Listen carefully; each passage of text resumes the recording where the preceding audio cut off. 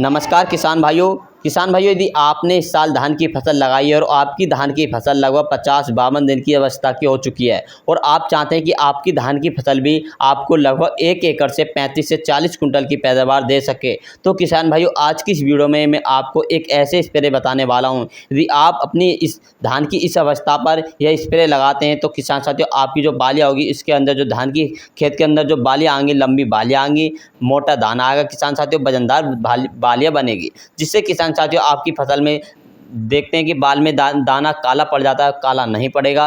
और किसान साथियों उसके अंदर किसान साथियों जैसे बाल सफ़ेद पड़ जाती है, बाल भी सफ़ेद नहीं पड़ेगी। तो इन समस्याओं को हल करने के लिए किसान साथियों आपको मैं बताने वाला हूं।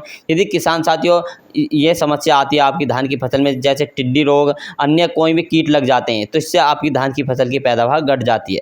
तो इसलिए किसान साथियों आपको सही समय पर आपको स्प्रे कर देना चाहिए। तो जो आपकी जब धान की फसल 50 या 52-55 दिन की अवस्था की है, गोब अवस्था में आ जाती है, तो इस गोब अवस्था में आपको किसान साथियों एक स्प्रे जरूर करना चाहिए, जिससे किसान साथियों ये स्प्रे सही समय पर हो जाता है तो आपकी पैदावार सही हो जाती है, जिससे आपकी पैदावार घटेगी नहीं। तो किसान साथियों आपको कौन कौन से पोषक तत्व की भरपूर मात्रा रखनी चाहिए और कौन कौन से पोषक तत्व लगाने चाहिए और कौन से कीटनाशक का भी प्रयोग करना चाहिए, जिससे किसान साथियों आपकी फसल में कोई पैदावार में गिरावट नहीं मिले। तो किसान साथियों आपको जो मार्केट में जाना है, मार्केट के कौन कौन से पोषक तत्व लाने हैं, जिससे किसान साथियों आपकी पैदावार बेहतरीन हो जाएगी, बालियाँ लंबी आएगी किसान साथियों, और दाना वजनदार आएगा, जिससे आपकी पैदावार में 20% पैदावार आपकी बढ़ जाएगी। तो किसान साथियों ये स्प्रे आपको अवश्य करना चाहिए। और किसान साथियों चैनल पर पहली बार है तो चैनल को सब्सक्राइब करें और कमेंट करके जरूर बताएं ये वीडियो आप कौन से राज्य से देख रहे हैं, ताकि हमें पता चल सके हमारी वीडियो कौन कौन से राज्य तक पहुंचती है। तो किसान साथियों आपको कौन कौन से पोषक तत्व लाने हैं जिससे आपकी धान की फसल भरपूर मात्रा मिल सके।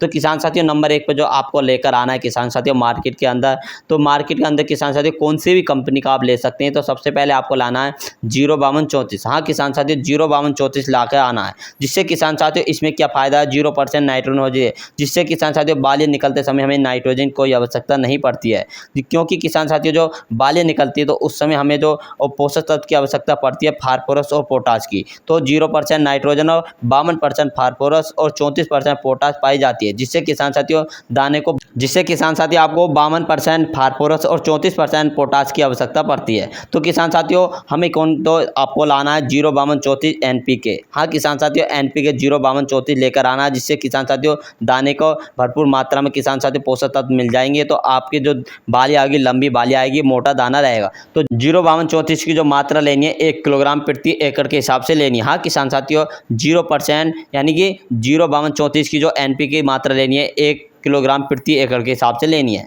किसान साथियों इसी में जो आपको ऐड करना है, क्या ऐड करना है, बोरोन। हाँ किसान साथियों बोरोन, जिससे किसान साथियों बोरोन के क्या फ़ायदे हैं। बोरोन के किसान साथियों जैसे कि आपकी धान की फसल में जब बूर आता है वो हलता नहीं है, उसको रोकने का काम करता है किसान साथियों। और बालियाँ किसान साथियों कभी कभी देखते हैं कि बालियाँ टूट के गिरने लगती हैं, तो उसको मजबूती देता है, जिससे आपको किसान साथियों बालियों में बहुत मात्रा अच्छी रहती है। तो बोरोन का इस्तेमाल करना है। बोरोन किसान साथियों 20% वाली बोरोन का इस्तेमाल करना है, जिससे किसान साथियों इसकी बोरोन की हम मात्रा की बात करें तो किसान साथियों आपको यानी कि 150 ग्राम बोरोन की मात्रा लेनी है 1 एकड़ के लिए। अब बात करते हैं किसान साथियों आपको इसी में एक कीटनाशक प्रयोग में लाना है, जिससे किसान साथियों जैसे भुनका, कुछ अन्य कीट भी हैं सब मर जाएंगे, जिससे किसान साथियों आपके तना छेदक हो, कौन सा भी है, टिड्डी रोग हो, टिड्डी कीट हो या मच्छर हो, ये सब मर जाएंगे। तो आपको एक कीटनाशक का प्रयोग करना है। कीटनाशक किसान साथियों थाइमोमोक्साइम 25% वाला लेना है किसान साथियों, थाइमोमोक्साइम 25% वाला लेकर आना है किसान साथियों। इसकी मात्रा किसान साथियों 100 ग्राम रखनी है।